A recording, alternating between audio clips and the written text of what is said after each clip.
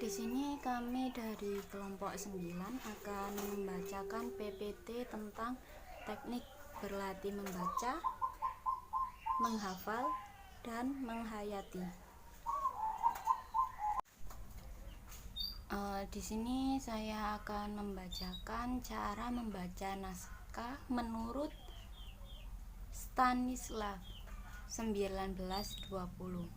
Yang pertama yaitu visualisasi ruangan, di mana kita membayangkan setting, properti, dan blocking atau gerakan di atas panggung dengan bagaimana memahami ruangan untuk mempengaruhi interaksi antara karakter adalah bagian dari teknik tersebut. Kemudian dari yang kedua, perasaan, fisik, dan vokal, di mana saat membaca, aktor mulai bereksperimen dengan intonasi, volume, kecepatan, dan gestur yang mungkin digunakan karakter. Sering menyorot bagaimana latihan ini untuk membantu menciptakan performa yang autentik. Dengan begitu, kita bisa cara bermain dalam drama sesuai dengan skenario yang telah kita baca. Terima kasih. Baik, saya akan menjelaskan tentang teknik menghafal naskah drama. Yang pertama adalah membaca naskah secara menyeluruh. Tahap awal menghafal adalah membaca naskah secara utuh dari awal hingga akhir. Tujuannya agar aktor memahami alur cerita, konflik, suasana, dan hubungan antar tokoh. Yang kedua adalah memahami karakter.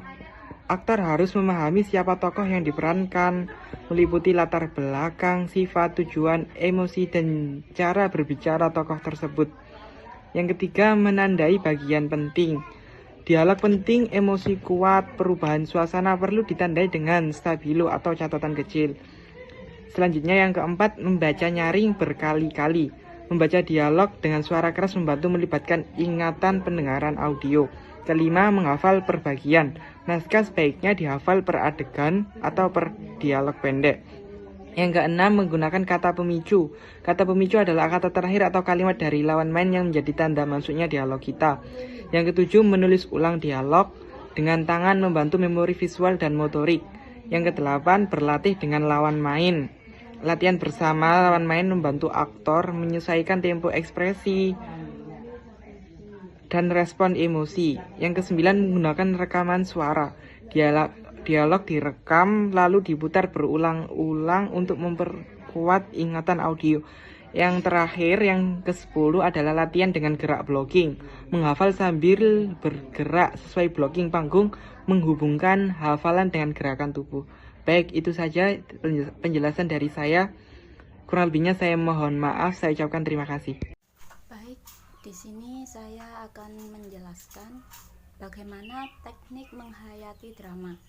Yang pertama yaitu menganalisis naskah, yang dimana menganalisis naskah ini merupakan tahap awal untuk memahami isi dan struktur cerita yang dilakukan oleh aktor, yaitu bagaimana cara membaca naskah berulang-ulang untuk memahami alur, konflik, dan tema. Dari setelah membaca berulang-ulang naskah tersebut, kita mengidentifikasi tujuan tokoh dalam suatu objek, kemudian menentukan konflik dan hambatan dalam suatu tujuan tokoh tersebut, di mana kita harus mencatat momen penting dalam cerita yang memahami untuk mempengaruhi perkembangan emosi tokoh. Yang kemudian yang nomor 2 yaitu pendalaman fakta, di mana tahap ini aktor menggali siapa tokoh yang dimainkan. Dalam hal tersebut, kita harus mencari dari latar belakang, motivasi dan keinginan, kelemahan dan kekuatan emosional, gaya bicara, berjalan, dan kebiasaan. Kemudian yang nomor 3 yaitu metode Stanislavski. Di sini salah satu teknik acting yang paling terkenal dalam komponen penting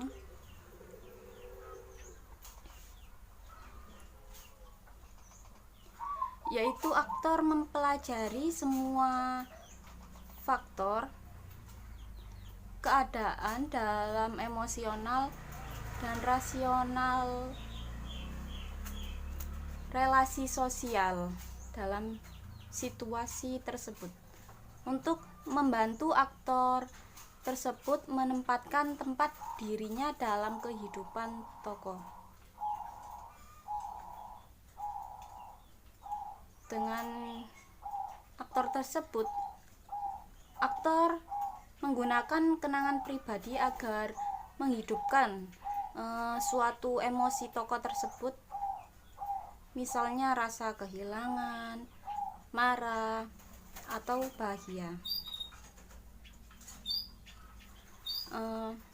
Kemudian yang nomor 4 yaitu improvisasi. Improvisasi di sini yaitu bagaimana cara kita latihan spontan tanpa skripsi atau arahan terperinci yang digunakan untuk mencari kemungkinan ekspresi tokoh tersebut, melatih respon natural ketika menghadapi situasi dramatis. Kemudian mengembangkan suatu kreativitas tubuh dengan suara. Kemudian yang nomor 5 yaitu penguasaan bahasa tubuh atau vokal. Dalam drama, tubuh dan suara adalah alat utama, di mana aktor belajar posisi tubuh, gestur, ekspresi wajah, dan cara berjalan dalam berdiri sesuai karakter yang dimainkan. Kemudian kalau aktor dalam melatih vokal itu dalam intonasi antara naik dan turunnya suara sesuai makna, kejelasan dalam pengucapan, bagaimana keras lembutnya volume suara, tempo, kecepatan atau lambat sesuai emosi gitu. Kemudian yang nomor 6 yaitu latihan subteks, di mana latihan ini bermakna tersembunyi di balik dialog. Misalnya dalam menganalisis aktor, subteks dengan mencari di mana emosi yang tidak diucapkan, kepentingan tokoh, atau situasi psikologis di balik kalimat tersebut. Kemudian yang nomor 7 yaitu observasi dan imitasi, di mana aktor mengamati orang di kehidupan nyata yang memiliki ciri mirip tokoh. Bagaimana cara tersebut? Yaitu bagaimana kita mengamati cara berbicara, gerak tubuh, dan ekspresi seseorang dengan menirukan atau memodifikasi untuk kebutuhan karakter.